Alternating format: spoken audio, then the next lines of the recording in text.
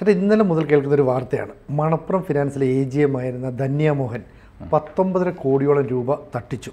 കാരണം 5 വർഷം കൊണ്ടാണ് ഈ തട്ടിപ്പ് നടന്നത്. എന്താ 6 വർഷം എന്ന് പറയുന്നത്? 6 വർഷം അല്ലേ? അതൊരു വളരെ ഈസി ആയിട്ടൊക്കെ കണ്ടുപിടിച്ചുകൂടെ? ഇത്രയും നാൾ 20 കോടി രൂപയാണ്. 20 കോടി രൂപ. അതായത് ഒരു മണപ്പുറം ഫിനാൻസിലല്ല, മണപ്പുറത്തിൻ്റെ തന്നെ മറ്റൊരു സ്ഥാപനമായ Manappuram Comtech and consultants private limited എന്നുള്ള സ്ഥാപനത്തിലെ അസിസ്റ്റൻറ്റ് ജനറൽ മാനേജറോ മറ്റോ ആയിരുന്നു. ഇവർക്കായിരുന്നു IT-യുടെ ചുമതല. ഇപ്പോൾ കഴിഞ്ഞ ദിവസം ധന്യ മോഹൻ വിദേശത്തേക്ക് പോകും എന്നൊക്കെയാണ് കരുതിയിരുന്നത്. പക്ഷേ ധന്യ മോഹൻ വിദേശത്ത് പോവില്ലെന്ന് പോലീസിന് അറിയായിരുന്നു. കാരണം ധന്യയുടെ പക്കൽ പാസ്പോർട്ട് ഉണ്ടായിരുന്നില്ല. പാസ്പോർട്ട് എടുത്തിട്ടില്ലാത്ത സ്ത്രീയാണ്. അവരുടെ ഭർത്താവ് വിദേശത്തായിരുന്നു. അയാൾ വിദേശത്ത് ജോലി ചെയ്തു, എന്നിട്ട് നാട്ടിൽ തിരിച്ചെത്തി നാട്ടിൽ എന്തൊക്കെയോ ചെയ്യുകയാണ്. അപ്പോൾ ഇതിനകത്ത് വലിയൊരു തമാശ, ധന്യ മോഹനെ പിടികൂടിയപ്പോൾ ധന്യ മോഹൻ മാധ്യമപ്രവർത്തകരോട് പറഞ്ഞൊരു കാര്യമുണ്ട്. ഞാൻ ചന്ദ്രനിൽ 5 സെൻറ്റ് സ്ഥലം വാങ്ങിച്ചിട്ടുണ്ട്. അതെ, 5 സെൻറ്റ് സ്ഥലം ചന്ദ്രനിൽ വാങ്ങി. 5 സെൻറ്റ് സ്ഥലം ചന്ദ്രനിൽ വാങ്ങിയിട്ട് എൻ്റെ ബാഗ് നിറച്ച് പണമാണ് എന്ന് പറയുന്നു. അപ്പോൾ പോലീസ് ഇവരുടെ വീടൊക്കെ എടുത്ത് നോക്കുമ്പോൾ ഇവർ കൊല്ലംകാരിയാണ്. തൃശ്ശൂർ വലപ്പാട് ഒരു വീട് വാങ്ങിച്ചിട്ടുണ്ട്. മാത്രമല്ല ഇവരുടെ വീട്ടിൽ എത്തിയ പോലീസ് ഞെട്ടിപ്പോയി. ഒരു സാധാരണ 40 വയസ്സുള്ളൊരു യുവതി, 40 വയസ്സുള്ള യുവതിയാണല്ലോ, അവരുടെ വീട്ടിലെ വാഹനങ്ങൾ ഒരു MG ഹെക്ടർ, ഒരു സ്വിഫ്റ്റ് ഡിസയർ, XUV 500 മഹീന്ദ്രയുടെ വണ്ടി, പിന്നെ ഒരു ഓട്ടോറിക്ഷ, പിന്നെ ഒരു ആഡംബര ബൈക്ക്, ഇത്രയും വാഹനങ്ങൾ ധന്യക്കുണ്ട്. ഒരു സ്വകാര്യ ധനകാര്യ സ്ഥാപനത്തിൽ, അത് മണപ്പുറം ആവട്ടെ ആരും ആവട്ടെ, ചെയ്യുന്നൊരു സ്ത്രീക്ക് കിട്ടാവുന്ന ശമ്പളം എത്രയാണെന്ന് നമുക്കറിയാം. അപ്പോൾ ഇതിനകത്തൊരു പ്രധാനപ്പെട്ട ഘടകം എന്ന് പറയുന്നത് ഇവരുടെ ഈ വീട്ടുകാർക്ക്, ഭർത്താവിന് ഒക്കെ ഭാര്യ ഒരു സ്വകാര്യ ധനകാര്യ സ്ഥാപനത്തിൽ ജോലി ചെയ്യുമ്പോൾ ഇത്രയേറെ പ്രോപ്പർട്ടീസ്, ഇത്രയേറെ ലക്ഷൂറിയസ് വാഹനങ്ങൾ വാങ്ങുന്നു. എന്തിന് ഈ വാഹനങ്ങൾ പാർക്ക് ചെയ്യാൻ വേണ്ടിയിട്ട് സ്ഥലം ഒരു മേടിച്ചു. ഇതെല്ലാം വീട്ടിലിടാൻ പറ്റുമല്ലോ. XUV 500, MG Hector, Swift Dzire, autorickshaw, ഇതെല്ലാം വീട്ടിൻ്റെ മുറ്റത്തിടാൻ പറ്റാത്തതുകൊണ്ട് പാർക്കിങ്ങിന് വേണ്ടി ഒരു പ്രോപ്പർട്ടി മേടിച്ച് അവിടെയാണ് ഇത് പാർക്ക് ചെയ്തിരുന്നത്. ഇത്രയും സമ്പത്തുണ്ടാക്കാൻ കഴിയുന്ന എങ്ങനെയാണ്? ഇവരുടെ പിതാവ് നേരത്തെ ഈ പാത്രങ്ങളൊക്കെ വാടകയ്ക്ക് കൊടുക്കുന്ന, ഈ സദ്യയൊക്കെ വരുമ്പോൾ പാത്രങ്ങൾ വാടകയ്ക്ക് കൊടുക്കുന്ന ഒരു സ്ഥാപനം നടത്തിയിരുന്നത്. ഇപ്പോൾ അദ്ദേഹം ചെയ്തുകൊണ്ടിരിക്കുന്നത് ഈ നിർമ്മാണ സാമഗ്രികൾ കൂടി വാടകയ്ക്ക് കൊടുക്കുന്ന ഒരു സ്ഥാപനം തുടങ്ങി. അപ്പോൾ അങ്ങനെ ഈ വലിയ തോതിൽ വളരെ സാധാരണ കുടുംബത്തിൽ നിന്ന്, ഒരിടത്തരം കുടുംബത്തിൽ നിന്ന് ഒരു സ്വകാര്യ ധനകാര്യ സ്ഥാപനത്തിൽ ജോലി നേടിയതിന് ശേഷം ഒരു സ്ത്രീ 4-5 വർഷങ്ങൾക്കുള്ളിൽ വലിയ തോതിൽ സമ്പത്ത് അക്യൂമുലേറ്റ് ചെയ്യുമ്പോൾ, സമ്പത്ത് ആർജിക്കുമ്പോൾ അതെങ്ങനെയെന്ന് തിരക്കാത്ത ഭർത്താവ്, മറ്റ് കുടുംബാംഗങ്ങൾ, ഭർത്താവിൻ്റെ വീട്ടുകാരുണ്ട്, സ്വന്തം വീട്ടുകാരുണ്ട്, അവരന്വേഷിക്കുന്നില്ല എന്ന് പറയുന്നത് നമ്മുടെ ഇപ്പോൾ കേരള സമൂഹത്തിൽ, മലയാളി സമൂഹത്തെ, ഞാൻ മലയാളി കേരളം എന്നെടുത്ത് പറയാൻ കാരണം ഇന്ത്യയിലെ മറ്റ് സംസ്ഥാനങ്ങളിലെ ആളുകളെക്കാളുമൊക്കെ വലിയ ദൈക്ഷണിക ചിന്താശീലമൊക്കെയുള്ള, സാംസ്കാരിക നിലവാരമൊക്കെ ഉള്ളവരാണെന്നാണ് നമ്മൾ സ്വയം മേനി നടിക്കുന്നത്. നമ്മുടെ കൂട്ടത്തിൽ പോലും ജോലിക്ക് പോയിട്ട് ഇങ്ങനെ കോടികളുടെ വാഹനങ്ങൾ വരെ വാങ്ങാനുള്ള സമ്പാദ്യം എങ്ങനെ ഉണ്ടാവുന്നു എന്ന് ആശങ്ക ഉണ്ടാവുന്നില്ല, ആശ്ചര്യപ്പെടുന്നില്ല, ചോദ്യം ചെയ്യുന്നില്ല എന്നുള്ളൊരു മൈൻഡ് സെറ്റിലേക്ക് നമ്മളുണ്ടായിരിക്കുന്നു. പഴയ പഴഞ്ചൊല്ലാണ്, മാനം കെട്ടും പണമുണ്ടായാൽ മാനക്കേടാ പണം മാറ്റും എന്ന് പറയുന്ന പോലെയാണ്. അങ്ങനെ ഇവർ വലിയ തോതിൽ പണം ഉണ്ടാക്കുന്നു. അപ്പോൾ ഇതിനകത്ത് മാത്രമല്ല അവരുടെ ആ ശരീരഭാഷയിൽ നിന്ന്, അല്ലെങ്കിൽ അവരുടെ ധിക്കാരത്തിൽ പറയുകയാണ്, ഞാൻ ചന്ദ്രനിൽ സ്ഥലം മേടിച്ചിട്ടുണ്ട് എന്ന് പറഞ്ഞാൽ എൻ്റെ കയ്യിൽ പണമുണ്ട്, അത് ഉപയോഗിച്ച് ഞാൻ എന്തും ചെയ്യുമെന്നാണ് പറയുന്നത്. ഇതിനകത്തിപ്പോൾ പോലീസ് പറയുന്ന ഒരു കാര്യം, ഇവരുടെ ഭാഗത്തു നിന്ന് ഉണ്ടായ ആദ്യത്തെ ട്രാൻസാക്ഷൻ എന്ന് പറഞ്ഞാൽ ഭർത്താവ് വിദേശത്തായിരിക്കുമ്പോൾ ഭർത്താവിൻ്റെ NRI അക്കൗണ്ടിലേക്ക് പണം ട്രാൻസ്ഫർ ചെയ്തു. പിന്നെ അച്ഛൻ, അമ്മ, അടുത്ത ബന്ധുക്കളുടെയൊക്കെ പേരിലേക്ക് ഇവർ പണം മാറ്റിക്കൊണ്ടിരിക്കുക. അപ്പോൾ ഇത് സിനു ചോദിച്ചൊരു ചോദ്യമുണ്ട്, ഇത് കണ്ടുപിടിക്കാൻ പറ്റില്ല എന്ന് പറഞ്ഞാൽ IT ഹെഡ് ഇവരാണ്.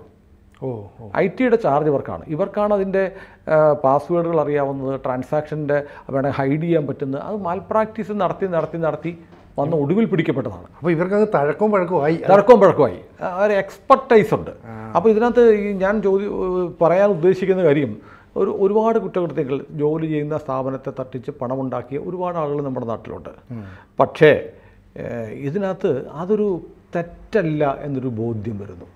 അതൊക്കെ അങ്ങനെയൊക്കെ ആവാമെന്ന് വരുന്നു. നമ്മൾ കേട്ടിട്ടുണ്ട്, ദുബായിലൊക്കെ പണിയെടുക്കുന്ന ആളുകൾ ഗൾഫ് രാജ്യങ്ങളിൽ ജോലി ചെയ്തിട്ട് അവിടുത്തെ ഷെയ്ക്കിനെ പറ്റിച്ച് തിരിച്ചു വന്ന് നാട്ടിൽ കഴിയുന്നു, എന്നിട്ട് ഇവിടെ രക്ഷപ്പെട്ട് അല്ലെങ്കിൽ നാട്ടിൽ നിന്ന് ഇവിടുന്ന് അബ്സ്കോണ്ടിങ് ആയിട്ട് പോകുന്നു. ഇങ്ങനെയൊക്കെയുള്ള കേസുകൾ കേട്ടിട്ടുണ്ട്. പക്ഷേ 40 വയസ്സുള്ള, ഇപ്പോൾ നമ്മൾ ജോളിയുടെ കേസ് കേട്ടുന്നു, ആളുകൾക്ക് സയനൈഡ് കൊടുത്തുന്ന ജോളി, പിന്നെ തിരുവനന്തപുരത്ത് ജ്യൂസ് കൊടുത്ത് കൊല്ലുന്ന കാമുകി. അപ്പോൾ ഇങ്ങനെ ആ തരത്തിലേക്ക് ധന്യ മോഹൻ റെമോർ ചെയ്തു വരികയാണ്. കാരണം നമ്മൾ സാമ്പത്തിക കുറ്റകൃത്യങ്ങൾ ചെയ്തിട്ടുള്ള സ്ത്രീകളെ കേട്ടിട്ടുണ്ട്. തട്ടിപ്പ്, മുക്കുകൊണ്ട പണയം വെച്ചു, അല്ലെങ്കിൽ എവിടുന്നെങ്കിലും മോഷണം നടത്തി ഏതെങ്കിലും കടകളിൽ നിന്ന് ജ്വല്ലറി മോഷ്ടിച്ചു, ഇതൊക്കെ കേട്ടിട്ടുണ്ട്. പക്ഷേ ജോലി ചെയ്യുന്ന സ്ഥാപനത്തിൽ നിന്ന് പിടിക്കപ്പെടാതെ 4-5 വർഷം നിരന്തരം അവിടെ ഇരുന്ന് ലൂട്ട് ചെയ്യുക. ഇത് കൊള്ളയാണ്, ലൂട്ടെന്നുള്ള വാക്ക് ലൂട്ട് ചെയ്യുകയാണ്. അത് ടെക്നോളജി ഉപയോഗിച്ച് ലൂട്ട് ചെയ്യുക. അതുകൊണ്ട് വളരെ സമ്പൽ സമൃദ്ധിയോട് ജീവിക്കുക. ഇപ്പം പോലീസ് പറയുന്നൊരു പ്രധാനപ്പെട്ട കാര്യമുണ്ട്. ധന്യ മോഹൻ ഈ പ്രോപ്പർട്ടി വാങ്ങിച്ചു, മറ്റുള്ളവരുടെ പേരിലേക്ക് പണം ട്രാൻസ്ഫർ ചെയ്തു. അതുകൂടാതെ ഓൺലൈൻ റമ്മി കളിക്കുമായിരുന്നു. അപ്പം മൊത്തത്തിലൊരു ആഡംബര ജീവിതം. ആഡംബരം. ഓൺലൈൻ റമ്മി കളിക്കാൻ വേണ്ടി 2 കോടി രൂപയോളം ചിലവാക്കിയിട്ടുണ്ട്. അപ്പോൾ ഓൺലൈൻ റമ്മിയുടെ ഒക്കെ പരസ്യം നമ്മുടെ ചാനലുകൾ വരുന്നുണ്ട്. ഒരുപാട് ആളുകൾക്ക് പൈസ പോയിട്ടുണ്ട്. അതെല്ലാം പറഞ്ഞിട്ട് ഇത് പണം നഷ്ടപ്പെടാൻ സാധ്യതയുള്ളൊരു വിനോദമാണെന്നുള്ള ഒരു അടിക്കുറിപ്പ് കൊടുക്കും, മുന്നറിയിപ്പ് കൊടുക്കും. പക്ഷേ ഇതൊരു ചൂതാട്ടത്തിലുള്ള പരസ്യമായ ഒരു ക്ഷണമാണ്. ഇത് സർക്കാർ ഇത്തരം പരസ്യങ്ങൾ അനുവദിക്കുന്നത് എന്തുകൊണ്ടാണെന്ന് എനിക്കിപ്പോൾ അറിയില്ല. നമ്മൾ പുകവലി സിഗരറ്റിൻ്റെ പരസ്യം നമ്മൾ കൊടുക്കുന്നില്ല അല്ലേ? സിഗരറ്റിൻ്റെ പരസ്യം ഇപ്പോൾ ഇല്ല. പണ്ടൊക്കെ നമ്മുടെയൊക്കെ കുട്ടിക്കാലത്ത് സിഗരറ്റിൻ്റെ പരസ്യം ചാർമിനാർ അല്ലെങ്കിൽ പനാമ എന്നൊക്കെ പറയും. ആ സിഗരറ്റൊന്നും ഇപ്പോൾ ഇല്ലെന്ന് തോന്നുന്നു. അതിൻ്റെ പാക്കിൻ്റെ മുകളിൽ പക്ഷേ എഴുതിയിട്ടുണ്ട്, അതുണ്ട്, സ്റ്റാറ്റ്യൂട്ടറി വാർണിംഗ് ഉണ്ട്. പക്ഷേ ഇതല്ല. ഈ ഇത്രയും ആളുകൾക്ക് വലിയ തോതിൽ പണം നഷ്ടപ്പെടാൻ സാധ്യതയുള്ള ഓൺലൈൻ റമ്മി പോലെയുള്ള ഇതിൻ്റെ പരസ്യം വരുന്നു. അപ്പോൾ ഇതിനകത്ത് ഞാൻ കാണുന്നത് ധന്യ മോഹൻ ഓൺലൈൻ റമ്മിക്കും പണം മുടക്കി. അതായത് അവർ ജോലി ചെയ്യുന്ന സ്ഥാപനത്തിൽ നിന്ന് വലിയ തോതിൽ ലൂട്ട് ചെയ്ത് കൊള്ളയടിച്ച് പണം മാറ്റി. അതുകൂടാതെ ആ പണം ഇരട്ടിപ്പിക്കാൻ വേണ്ടി ചൂതാട്ടത്തിന് ഉപയോഗിച്ചു. അപ്പോൾ എത്രമാത്രം ഗ്രീഡി, പണത്തിനോടുള്ള ആർത്തിയുള്ളൊരു സ്ത്രീയാണ് എന്ന് നമുക്ക് വ്യക്തമാകുന്നുണ്ട്. അപ്പോൾ ഇത് സംഭവിക്കുന്നത് പറഞ്ഞാൽ നമ്മുടെ നാട്ടിൽ പണമാണ് ഏറ്റവും പ്രധാനപ്പെട്ടത്.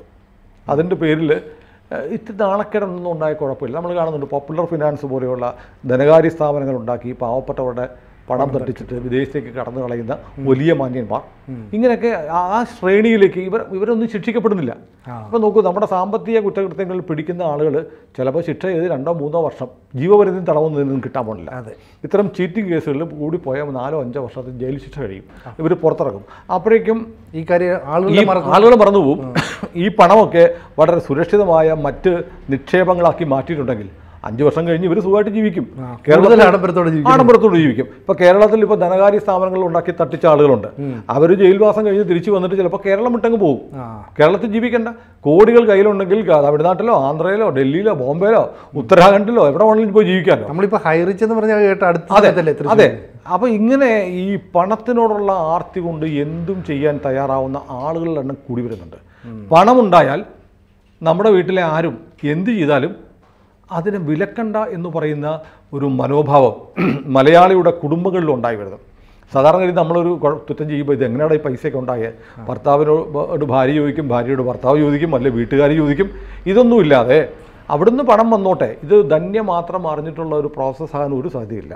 ധന്യക്ക് ഇത്രയും പണം വരുമ്പോൾ ധന്യയുടെ ഭർത്താവിന് സംശയം ഉണ്ടാവണം, മാതാപിതാക്കൾക്കുണ്ടാവണം, അടുത്ത ബന്ധുക്കൾക്കുണ്ടാവണം. അപ്പോൾ ഇതൊക്കെ ഒരു കൂട്ടത്തരവാദിത്തമാണ്. അപ്പോൾ ഈ പറഞ്ഞ പോലെ ഈ പഴയ വാൽമീകിയുടെ കഥ പറയുന്നുണ്ടല്ലോ, ഇത് കാട്ടാളനായിരിക്കുമ്പോൾ വഴിയെ പോകുന്ന ആളുകളെ കൊള്ളയടിക്കുന്ന ഒരു കാട്ടാളൻ ഇങ്ങനെ കൊള്ളയടിക്കും, വേണ്ടി വന്ന ആളെ കൊല്ലും, എന്നിട്ട് ഈ സമ്പത്ത് മുഴുവൻ കൊണ്ട് വീട്ടുകാർക്ക് കൊടുക്കും. വീട്ടുകാർ അതുകൊണ്ട് സുഖമായി കഴിയും. അങ്ങനെ ഇരിക്കുമ്പോഴാണ് മഹർഷിമാർ വരുന്നത്. അവരെ സപ്തർഷികളോ മറ്റോ ആണെന്ന് തോന്നുന്നു. ആ കഥ എനിക്ക് കൃത്യമായിട്ട് ഓർമ്മയില്ല, ഞാൻ ഊഹം വെച്ച് പറയാണ്. തെറ്റുണ്ടെങ്കിൽ പ്രേക്ഷകരും സിനിമയും ക്ഷമിക്കുക. അങ്ങനെ അവരെ തടഞ്ഞു നിർത്തിയപ്പോൾ അവർ ചോദിച്ചു, നീ എന്തിനാണ്? എൻ്റെ കുടുംബം കഴിയാനാണ്. എൻ്റെ കുടുംബം നീ ചെയ്യുന്ന പാപത്തിന്, രത്നാകരൻ എന്നാണ് ഈ കാട്ടാളൻ്റെ പേര്, നീ പാപത്തിൽ നിൻ്റെ കുടുംബാംഗങ്ങൾ നിൻ്റെ ഈ പാപത്തിൻ്റെ പങ്ക് പറ്റുമോ എന്ന് ചോദിച്ചു. അപ്പോൾ രത്നാകരനും തോന്നി കാട്ടാളൻ്റെ പേര് അങ്ങനെയാണ്, ശരിയാണല്ലോ, അന്ന് പോയി വീട്ടിൽ പോയി ചോദിച്ചിട്ട് വാ, ഞങ്ങൾ അതുവരെ ഇവിടെ ഇരിക്കാം എന്ന് ഈ സന്യാസിമാർ പറഞ്ഞു. അങ്ങനെ രത്നാകരൻ വീട്ടിൽ ചെന്നിട്ട് ചോദിച്ചു, ഞാൻ ആളുകളെ കൊന്നും തട്ടിപ്പറിച്ചും കൊള്ളയടിച്ചുമൊക്കെയാണ് കൊണ്ടിരുന്നത്, അതുകൊണ്ടാണ് നിങ്ങൾ നല്ല വീടുണ്ടാക്കി ആഡംബരത്തിൽ ഇവിടെ കഴിയുന്നത്. അതുകൊണ്ട് ഞാൻ പാപിയാണ്, ഞാൻ കൊലപാതകം വരെ ചെയ്യുന്നുണ്ട്, എൻ്റെ പാപത്തിൻ്റെ പങ്ക് നിങ്ങൾക്കും ഉണ്ടല്ലോ എന്ന് ചോദിച്ചു. ഉടനെ ഭാര്യ പറഞ്ഞ ന്യായം, എനിക്കൊരു പങ്കുമില്ല, പാപം ചെയ്തെങ്കിൽ നിങ്ങൾ അനുഭവിക്കും, ഞാൻ നിങ്ങളുടെ ഭാര്യയാണ്, എൻ്റെ കാര്യങ്ങൾ നോക്കുക എന്നുള്ള നിങ്ങളുടെ കർമ്മമാണ്, അതുകൊണ്ട് പാപമാണ് ചെയ്യുന്നതെങ്കിൽ നിങ്ങൾ മാത്രമാണ് ഉത്തരവാദി എന്നാണ് രത്നാകരൻ്റെ ഭാര്യ പറഞ്ഞത്. രത്നാകര പത്നി ന്യായം എന്ന് പറയുന്ന ഇതിനാണ്. രത്നാകരൻ്റെ പത്നിയുടെ ന്യായം, നിങ്ങൾ എൻ്റെ ഭർത്താവായതുകൊണ്ട് എന്നെ നോക്കുക എന്നുള്ള നിങ്ങളുടെ ഉത്തരവാദിത്വം, നിങ്ങൾ കൊന്നോ കൊള്ളയടിച്ചോ കൊണ്ടുവരുന്നോ ഒന്നും എനിക്കറിയണ്ട എന്ന് പറഞ്ഞ ഒരു കഥയുണ്ട്.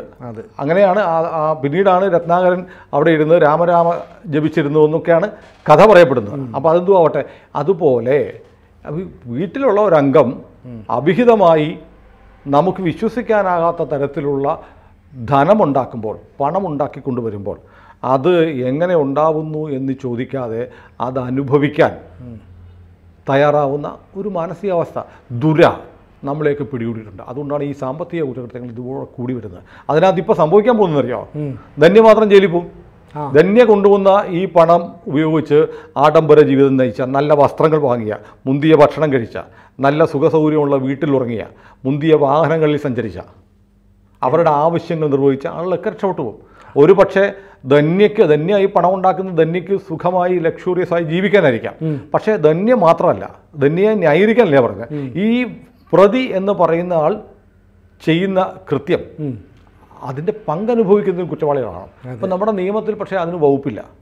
അതുകൊണ്ട് ധന്യ ഒറ്റയ്ക്ക് ശിക്ഷിക്കപ്പെടും. ധന്യ ശിക്ഷിക്കപ്പെടുക തന്നെ വേണം. പക്ഷേ ധന്യ കൊണ്ടുവന്ന ഈ മോഷണത്തിൻ്റെ പങ്ക്, സുഖം, സൗകര്യങ്ങൾ അനുഭവിച്ചവരെ കൂടെ പ്രതി ചേർക്കുന്ന തരത്തിലേക്ക് അധികാരികളും അന്വേഷണ ഏജൻസികളും മാറിയാൽ മാത്രമേ ഇപ്പോൾ സാമ്പത്തിക ദുരമൂത്ത മലയാളി മനസ്സിനെ ഒന്ന് വിലക്കാൻ പറ്റുള്ളൂ. കാശ് കൊണ്ടുവന്ന് തിന്നാൽ ഞാനും പെടുമല്ലോ എന്ന തോന്നൽ വന്നാൽ ചിലപ്പോൾ അത് അനുഭവിക്കാനുള്ള ഒരു വൈഷമ്യം കാണിച്ചേക്കോ. ഇപ്പം മലയാളിയുടെ മനോനില മൊത്തം മാറി. മലയാളിക്ക് ഒരു പ്രശ്നവുമില്ല. എങ്ങനെയും നാണം കെട്ടും പണം ഉണ്ടാക്കിയാൽ നാണക്കേട പണം മാറ്റും. അല്ലെങ്കിൽ പണത്തിന് മീതെ പരുന്തും പറക്കില്ല എന്നൊക്കെ പറയുന്ന പഴയ പഴഞ്ചൊല്ലുകൾ സാർത്ഥകമാക്കുന്ന തരത്തിലേക്ക് ഇങ്ങനെ ലൗകിക ഭോഗങ്ങളുടെ പിന്നാലെ മലയാളി പായുന്നതിൻ്റെ ഏറ്റവും അവസാനത്തെ ഉദാഹരണമാണ് ധന്യമോഹൻ. ആലോചിച്ച് നോക്കൂ, ഒരു സ്ത്രീ 40 വയസ്സേ ഉള്ളൂ. 40 വയസ്സുള്ള സ്ത്രീ 5-6 വർഷം മുമ്പ് തുടങ്ങിയ 34 വയസ്സിൽ അവർ തുടങ്ങി ഈ കൊള്ളയടി. സ്ഥാപനത്തിൽ വരുമ്പോൾ ആ സ്ഥാപനത്തിന് വേണ്ടി ആത്മാർത്ഥമായി എങ്ങനെ ജോലി ചെയ്യാം, അവിടെ പണിയെടുക്കുന്നതിന് എങ്ങനെ പണം വാങ്ങാമെന്ന് എന്നല്ല, അവിടുത്തെ പണം എങ്ങനെ അടിച്ചു മാറ്റി തൻ്റേതാക്കാം, അതിൻ്റെ കോൺസിക്വൻസ്, പ്രത്യാഘാതങ്ങൾ തനിക്ക് പ്രശ്നമേ അല്ല എന്ന് പറയുന്നു. അവർ മുൻകൂട്ടി കാണുന്നതുകൊണ്ടായിരിക്കും ഈ മീഡിയ ഒക്കെ ചോദിക്കുമ്പോൾ ഞാൻ എൻ്റെ ബാഗ് ഇഷ്ടംപോലെ എടുത്തു. ഞാൻ ചന്ദ്രനിൽ വരെ സ്ഥലം വാങ്ങിച്ചിട്ടുണ്ട്. മുൻകൂട്ടി അത് അറിയാം അല്ലെ, ഞാൻ ചെയ്യുന്നത് തെറ്റാണ്, എനിക്ക് ഒരുപക്ഷെ അവരെ ഈ മീഡിയ അറ്റാക്ക് വേണം. അവരെ സംബന്ധിച്ച് മീഡിയയുടെ അറ്റാക്കാണ്. മീഡിയ അറ്റാക്കിൽ അവർ ക്ഷുഭിതയായി പറയുന്നത് ഞാൻ ചന്ദ്രന് വരെ സ്ഥലം വാങ്ങിച്ചിട്ടുണ്ട് എന്ന് പറയുമ്പോൾ അവരുടെ ഒരു മാനസികാവസ്ഥ നോക്കൂ. അവർക്ക് ഈ ചെയ്ത കാര്യങ്ങളിൽ ഒരു ഖേദവും ഇല്ല. അതെ, ഭയങ്കര ക്രൗര്യം നിറഞ്ഞു നിൽക്കുന്ന മുഖമാണ്. അപ്പോൾ ഈ അത്യാഗ്രഹം മനുഷ്യനെ എങ്ങനെ ബാധിച്ചിരിക്കുന്നു എന്നതിൻ്റെ, പ്രത്യേകിച്ച് മലയാളി സമൂഹത്തെ സ്വാർത്ഥത, സെൽഫിഷ്നെസ്, ഇത് വല്ലാതെ നമ്മൾ നിൽക്കുന്നിടം അല്ലേ, നമ്മൾ കയറി നിൽക്കുന്ന നമ്മുടെ തൊഴിൽ ചെയ്യുന്ന സ്ഥാപനം എന്ന് പറയുന്നത് നമ്മുടെ ഷെൽട്ടറാണ്, ഒരു അംബർലയാണ്. അതിനെ കട്ടുമുടിച്ച് കൊണ്ടുപോവുക. അതിനെന്ത് സംഭവിച്ചാലും എനിക്ക് പ്രശ്നമില്ല, അതിൻ്റെ പേരിൽ എനിക്കെന്ത് സംഭവിച്ചാലും എനിക്ക് പ്രശ്നമില്ല, എനിക്ക് ഈ പണം മതി. കാരണം അത് മുൻകാല അനുഭവങ്ങളിലൂടെയുണ്ട്. സാമ്പത്തിക കുറ്റകൃത്യങ്ങളിൽ നമ്മൾ ഇടയ്ക്ക് പറഞ്ഞിട്ടൊന്നും വഴിമാറിപ്പോയതാണ്. പരമാവധി ശിക്ഷിക്കപ്പെടുന്നത് 4 വർഷം 5 വർഷമൊക്കെയാണ്. അപ്പോൾ ഈ നിക്ഷേപങ്ങളൊക്കെ സെക്യൂറായി വേറെ എവിടെയെങ്കിലും മാറിയിട്ടുണ്ടാവാം. വിദേശ രാജ്യങ്ങളിൽ നിക്ഷേപം ഒരുപക്ഷെ നോക്കൂ, ഇയാളുടെ ഭർത്താവ് മോഹനൻ വിദേശത്തായിരുന്നു. ഒരു പക്ഷേ NRI അക്കൗണ്ടിൽ അവിടെ എന്തെങ്കിലും ഇൻവെസ്റ്റ്മെൻ്റ് ആയിട്ട് മാറിയിരിക്കാം. അതൊന്നും കണ്ടുപിടിക്കാനും തിരിച്ചു പിടിക്കാനും ഒക്കെ വലിയ ബുദ്ധിമുട്ടാണ്. ഏതായാലും ധന്യ ഇപ്പോൾ പിടിക്കപ്പെട്ടു. ധന്യമോഹൻ ജയിലിലേക്ക് പോകും, ശിക്ഷയും കിട്ടുമായിരിക്കും. പക്ഷേ 2-3 വർഷം, 40 വയസ്സല്ലേ, ഒരു 4-5 വർഷത്തിനുള്ളിൽ പിന്നെ പണമുണ്ട്. താഴെ കോടതി ശിക്ഷിച്ചാൽ മുകൾ കോടതികളിലൊക്കെ പോയി ഒരു പക്ഷേ അപ്പീലും ഒക്കെ ആയിട്ട് പോയി ഊരിപ്പോരാം. ബാക്കി ശേഷിച്ച കാലം ഈ കട്ട മുതലുമായിട്ട് അവർക്ക് സുഖമായി കഴിയും. കാരണം ഈ പണം വണ്ടി വാങ്ങിയതൊക്കെ ഈ പണം കൊണ്ടാണെന്നൊക്കെ തെളിയിക്കാൻ ഇത്തിരി പാടാണ്. പക്ഷേ അവരുടെ ഇൻകവും ഒക്കെ വെച്ച് നോക്കുമ്പോൾ അത് പ്രൂവ് ചെയ്യാൻ പറ്റും. പക്ഷേ ഇപ്പോൾ പോലീസ് പറയുന്ന അവരുടെ അക്കൗണ്ടുകളൊക്കെ ഫ്രീസ് ചെയ്തെന്നാണ്. പക്ഷെ ഫ്രീസ് ചെയ്ത അക്കൗണ്ടിൽ എന്നുണ്ടെന്ന് പോലീസ് പറയുന്നില്ല. ഞാൻ കരുതുന്നില്ല. സാധാരണ കൃത്യമായിട്ട് മാറ്റേണ്ടതൊക്കെ മാറ്റി. അതെ, പണ്ട് ഹേമന്ത് സോറന്റെ കാര്യം പറഞ്ഞ പോലെയാണ്, കൈക്കൂലി കാശ് കിട്ടിയപ്പോൾ കൊണ്ട് ബാങ്കിൽ ഇട്ടു എന്ന് പറയുന്ന പോലെ അങ്ങനെ പിടിക്കപ്പെട്ട പോലെ അത്തരം മണ്ടത്തരങ്ങളൊന്നും ചെയ്യാൻ സാധ്യത. കാരണം 6 വർഷക്കാലം പിടിക്കപ്പെടാതെ നിരന്തരം ഈ പണം അടിച്ചു മാറ്റുന്ന പരിപാടി, 6 വർഷത്തിനിടയിൽ 20 കോടി എന്ന് പറഞ്ഞാൽ ഒരു വർഷം ആവറേജ് 3-3.5 കോടി അല്ലേ, ഒരു 3 കോടി 30 ലക്ഷം രൂപ വെച്ച് ഓരോ വർഷവും മാറ്റിയിട്ടുണ്ട്. 6 വർഷം പിടിക്കപ്പെടാതിരിക്കാനുള്ള ബുദ്ധി സ്വന്തം സ്ഥാപനത്തിൽ, കൊള്ളയടിക്കപ്പെട്ട സ്ഥാപനത്തിൽ കാണിക്കാൻ പറ്റുമെങ്കിൽ ധന്യമോഹൻ ഈ പറഞ്ഞ പണം സെക്യൂർ ആക്കാനുള്ള ബുദ്ധിയും കാണിച്ചിരിക്കാം. ഓൺലൈൻ റമ്മി കളിച്ച് 2 കോടി പോയെന്നേ പറയുന്നുള്ളൂ. ഓൺലൈൻ റമ്മിയിൽ നിന്ന് എന്തെങ്കിലും കിട്ടിയിട്ടുണ്ടാവും ഒരു പക്ഷേ. അതിൻ്റെ ഇൻകം നമുക്കറിയില്ല. ആദ്യമൊക്കെ കിട്ടുമ്പോഴാണല്ലോ വീണ്ടും പണം ഇറക്കാനുള്ള ഒരു ഉണ്ടാവുന്നത്. അല്ലെങ്കിൽ നേരെ തിരിച്ചു പോകാം കേട്ടോ. ഓൺലൈൻ റമ്മിക്ക് വേണ്ടി കുറെ പൈസ എവിടെന്നെങ്കിലും ഒപ്പിച്ചു, അത് പോയി, അത് തിരിച്ചു പിടിക്കണം, വീണ്ടും പൈസ ഇറക്കി, അങ്ങനെ സ്ഥാപനം കൊള്ളയടിച്ചതാവും. ഏതായാലും ഓൺലൈൻ റമ്മി പോലെയുള്ള ആളുകളെ വഴിതെറ്റിക്കുന്ന സംരംഭങ്ങൾ സംവിധാനങ്ങൾക്ക്, സ്ഥാപനങ്ങൾക്ക് ഇനിയും പ്രവർത്തിക്കാൻ അനുമതി കൊടുക്കേണ്ടതുണ്ടോ എന്നുള്ള ഒരു പ്രസക്തമായ ചോദ്യം കൂടെ ഇത് മുന്നോട്ട് വയ്ക്കുന്നുണ്ട്. ധന്യ മോഹൻ ഇന്ന് അത്യാർത്തി നിറഞ്ഞ മലയാളി മനസ്സിൻ്റെ പ്രതീകമാണ്. കൂടുതൽ വാർത്തകളും വിശേഷങ്ങളും നിങ്ങളിലേക്ക് എത്താൻ ABC മലയാളം സബ്സ്ക്രൈബ് ചെയ്യുക, ബെൽ ബട്ടണും അമർത്തുക.